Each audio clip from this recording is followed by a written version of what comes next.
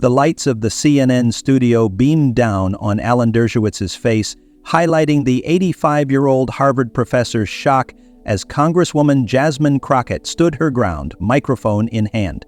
Just moments earlier, Dershowitz had confidently declared, "The Constitution is on my side and Crockett is simply out of her depth."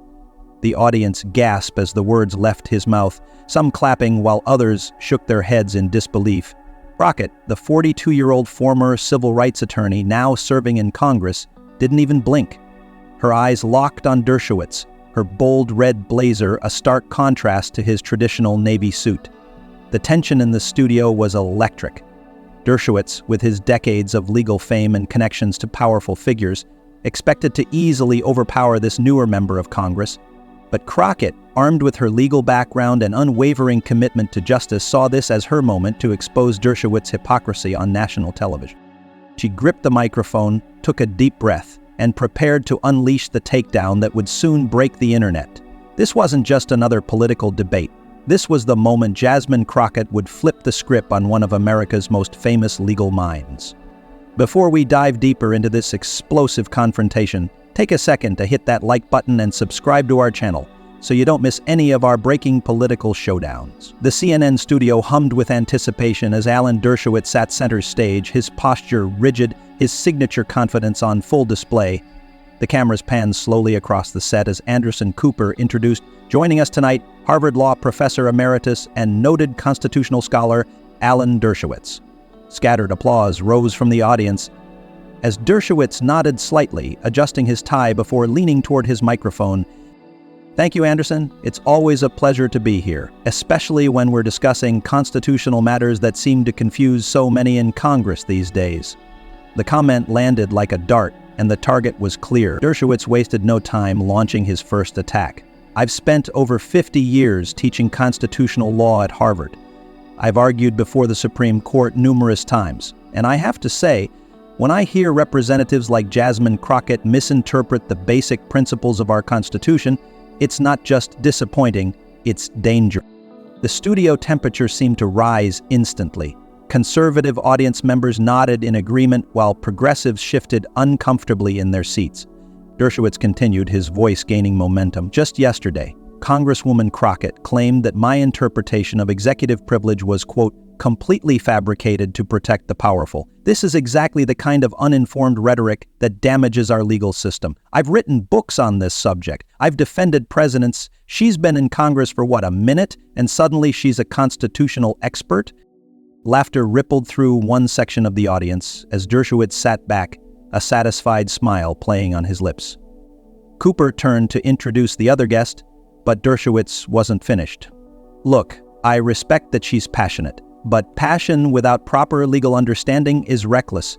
The American people deserve better than representatives who misrepresent our Constitution for political points." In the green room, Jasmine Crockett watched the monitor, her expression calm but determined.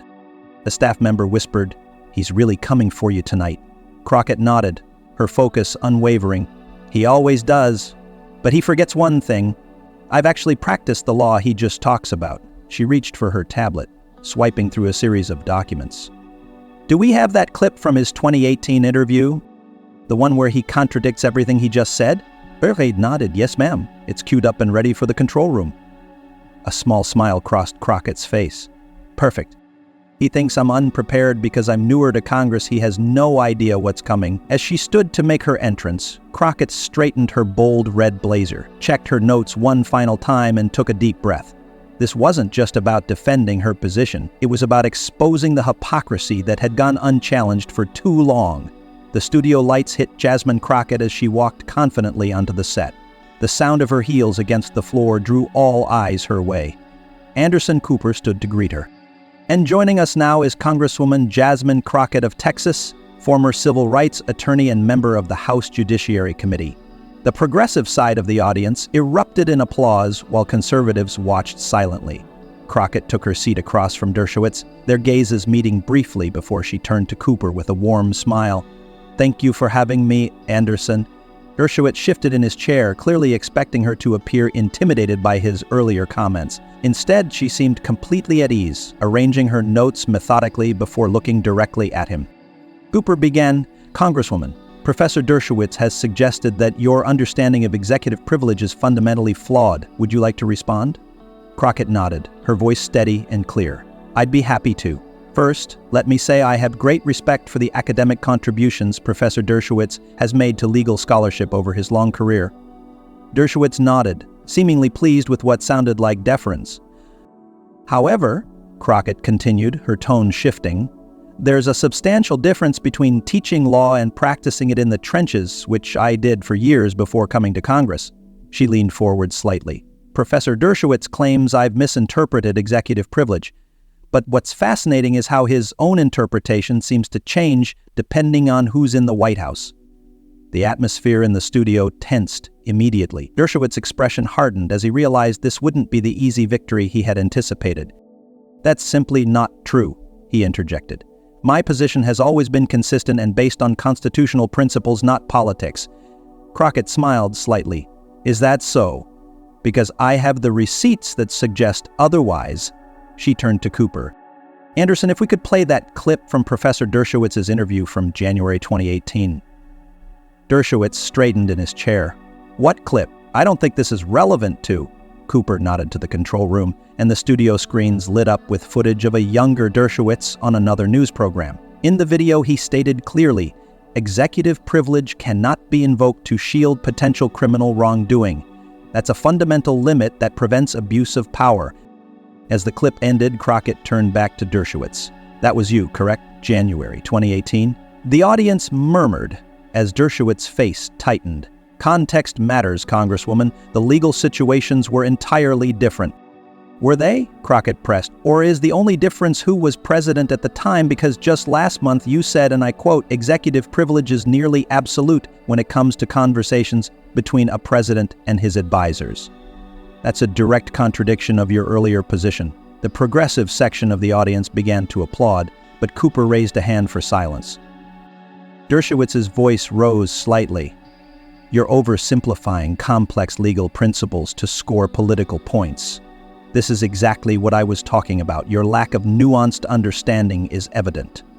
Instead of backing down, Crockett opened a folder and pulled out a document. Let's talk about nuance then. I have here your amicus brief from 2020 where you argued executive privilege could shield a president from nearly all oversight. And right next to it, your brief from 2019 arguing the exact opposite. Same constitutional principles, different presidents. She held up both documents for the cameras. The Constitution didn't change in those months, Professor. Only your interpretation did. The tension in the room was palpable. Dershowitz leaned forward, his voice rising. How dare you question my integrity? I've been teaching constitutional law since before you were born. And that's precisely my point, Crockett replied calmly. Age and tenure don't make someone right. Evidence does. She turned to address the audience directly. This isn't about Democrat versus Republican. It's about consistency versus convenience. The American people deserve legal interpretations that don't change with political wins. Dershowitz pointed a finger at her. You're twisting my words and taking things out of context. This is exactly the kind of dishonest rhetoric that's poisoning our political discourse. Cooper attempted to regain control. Let's try to keep this civil. But Crockett wasn't finished. With all due respect, Professor, I'm simply quoting you directly. If your own words sound damaging when played back to you, that's not my rhetoric, that's your inconsistency. The audience erupted, half cheering, half protesting. Cooper called for a commercial break, but the cameras caught Dershowitz's face turning a deep shade of red as he gripped the edges of his chair, clearly blindsided by Crockett's methodical dismantling of his position. As they cut to commercial, Crockett remained composed, organizing her notes, while Dershowitz leaned over to whisper intensely to his aide. The battle had only just begun, but already the Harvard professor was on the defensive against an opponent he had gravely underestimated. When the cameras started rolling again after the commercial break, the studio felt like a pressure cooker. Alan Dershowitz had regained his composure, but his eyes revealed a calculated intensity. He was no longer taking his opponent lightly. Cooper addressed both guests. Before the break, we were discussing inconsistencies in legal interpretations. Professor Dershowitz, did you want to clarify your position? Dershowitz nodded, his voice steady but with an edge. Absolutely. What Congresswoman Crockett fails to understand is that constitutional interpretation requires considering specific contexts. Different factual scenarios lead to different applications of the same principle. That's not inconsistency, that's nuanced legal analysis. He looked directly at Crockett. What the Congresswoman is doing is a common tactic, cherry-picking statements without understanding the legal foundations behind them. It's what first-year law students do before they learn better.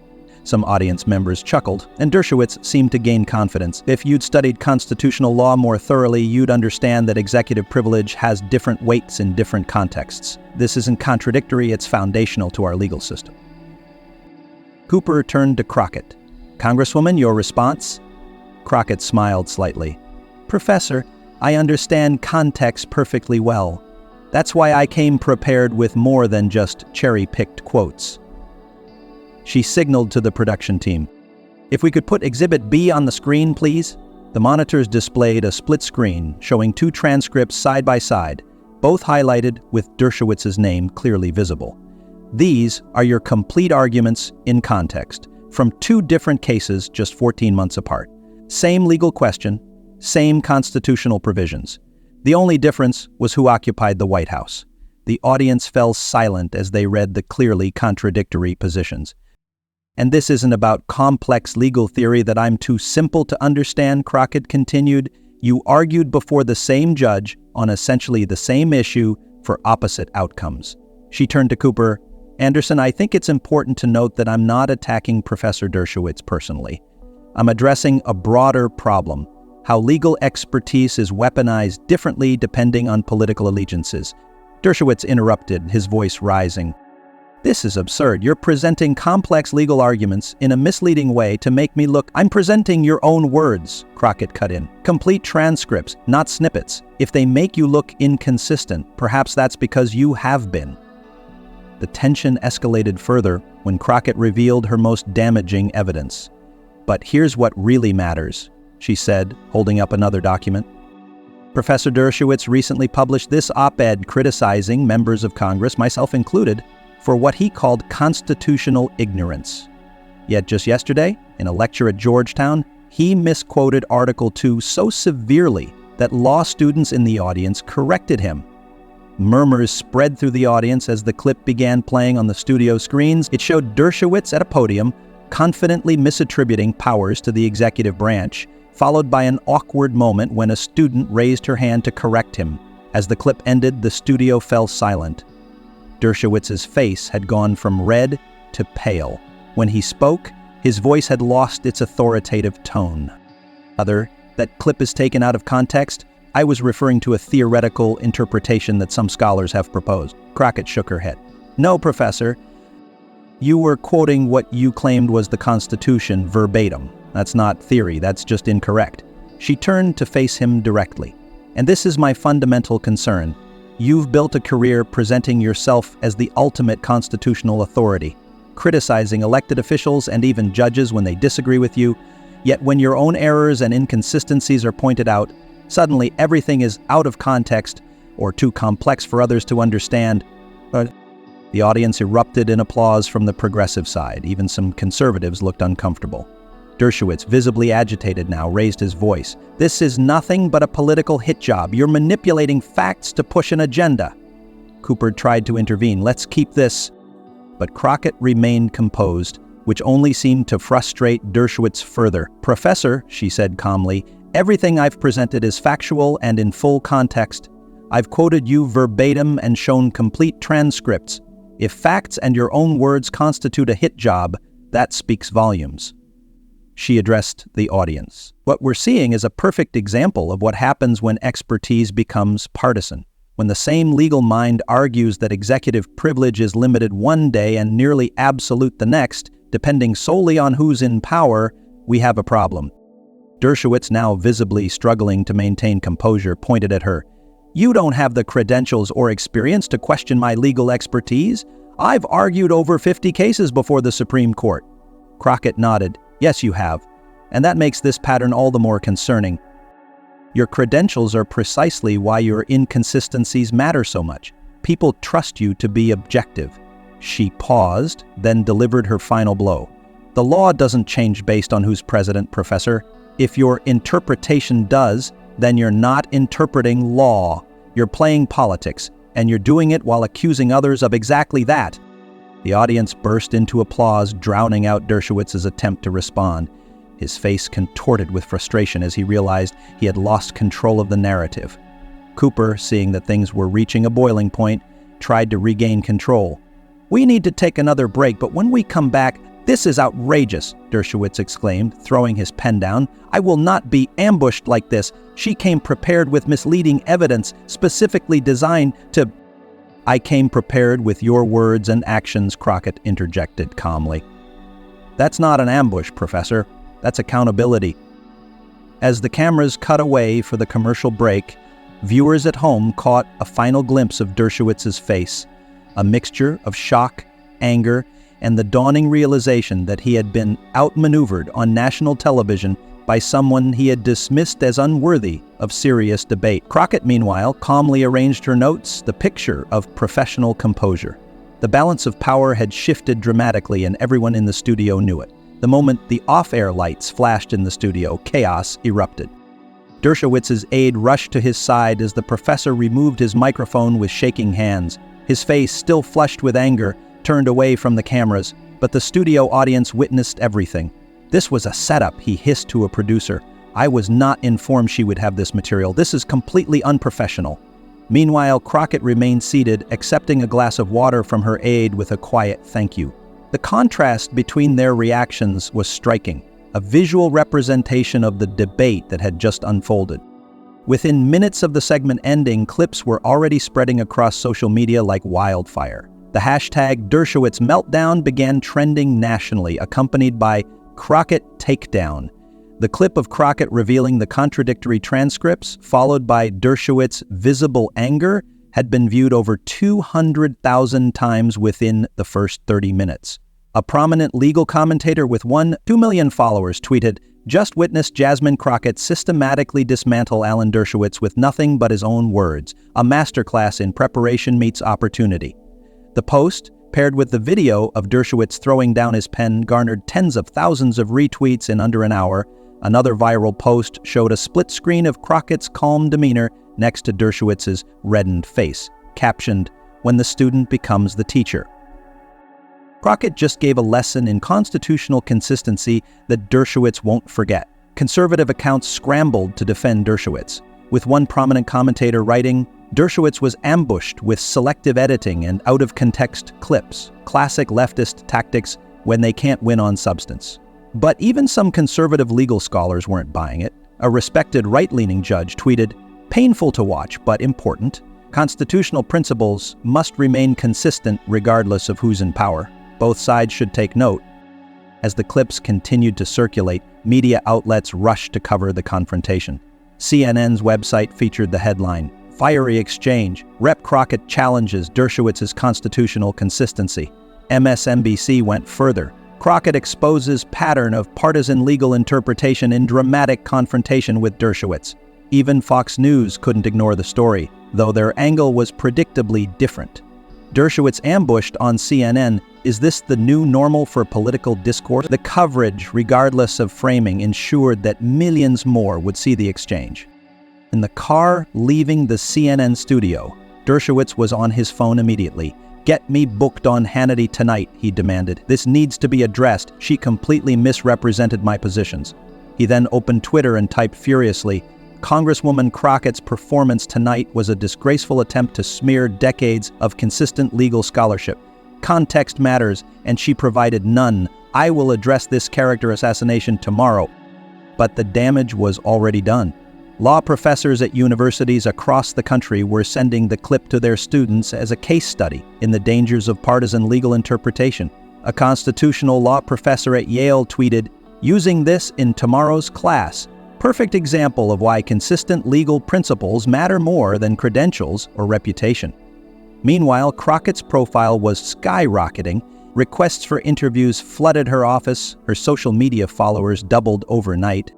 Progressive groups hailed her as a new champion who didn't just talk about holding power accountable, she actually did it. In her own car, Crockett reviewed messages pouring in on her phone. Her Her chief of staff reported, "It's overwhelming. Every major network wants you tomorrow. Your speech at the Bar Association next week is suddenly sold out, and 3 major law schools have invited you to speak." Crockett nodded, but remained focused on substance rather than celebrity. Make sure we're clear about our message. This isn't about me versus Dershowitz. It's about constitutional consistency and the danger of legal expertise being weaponized for partisan purposes. Back in his hotel room, Dershowitz attempted damage control, calling friends at major publications to get op-eds placed. "This is a complete mischaracterization of my work," he insisted to an editor at the Wall Street Journal. "I need space to correct the record." But even as he worked the phones, more damaging evidence emerged online. Law students and legal researchers, inspired by Crockett's approach, began posting additional examples of Dershowitz's contradictory positions on executive power, search and seizure, and other constitutional questions. The pattern Crockett had identified was being reinforced by a growing body of evidence. By morning, the story had evolved beyond a single confrontation into a broader discussion about legal integrity. Morning shows featured panels of legal experts discussing the importance of consistent constitutional interpretation. On Good Morning America, a constitutional scholar summarized the situation. "What makes Representative Crockett's challenge so effective is that she didn't attack Dershowitz personally. She simply presented his own words in context." When your own statements become your greatest vulnerability, that suggests a problem with consistency, not a problem with the person pointing it out. The political implications were significant too. Crockett, already a rising star in Congress, was now being mentioned as a potential future candidate for Senate or even higher office. Her methodical dismantling of a legal giant had demonstrated both intellectual rigor and political skill.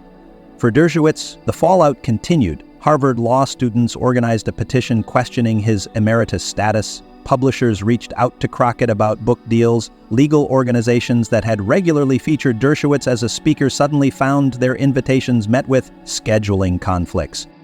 A week after the confrontation, the impact was still reverberating. In a House Judiciary Committee hearing, when a witness cited Dershowitz as an authority on executive privilege, another member simply responded, "Which version of Dershowitz are you citing, 2018 or 2023? The room erupted in knowing laughter. The confrontation ultimately represented more than just a personal victory for Crockett or a humbling moment for Dershowitz. It symbolized a growing demand for consistency in legal and political discourse, a recognition that principles should remain stable even when power changes hands. In her first interview after the confrontation, Crockett reflected on its significance. "What happened in that studio isn't really about Professor Dershowitz or me. It's about a broader problem in our political discourse. We've reached a point where even our understanding of the Constitution shifts based on partisan affiliations. That's dangerous for democracy." When asked if she had anticipated the viral response, she smiled. "I simply came prepared with facts and context. If that preparation created a moment that resonated with people, perhaps it's because we're all hungry for substance over performance, consistency over convenience." As for Dershowitz, his immediate response was to announce a new book defending his positions. But publishing insiders reported that interest was surprisingly lukewarm. The once untouchable legal commentator had discovered a painful truth. In the court of public opinion, credibility once lost is extraordinarily difficult to regain. The Crockett-Dershowitz confrontation didn't just create a viral moment. It became a case study in how preparation meets opportunity, how expertise without consistency loses authority, and how the next generation of leaders is increasingly willing to challenge even the most established figures when the facts are on their side. This wasn't just another cable news argument that would be forgotten by the next news cycle. It was a turning point in how legal authority is evaluated in public discourse, a reminder that even the most prestigious credentials can't withstand the weight of contradiction when exposed with precision and clarity. If you found this breakdown of the Crockett-Dershowitz confrontation enlightening, don't forget to like this video and subscribe to our channel. We bring you the most dramatic political showdowns with in-depth analysis you won't find anywhere else. Hit that notification bell so you never miss our uploads, and comment below with who you think won this debate. We'll see you in our next video, where we'll be analyzing another explosive political confrontation that's shaking up Washington.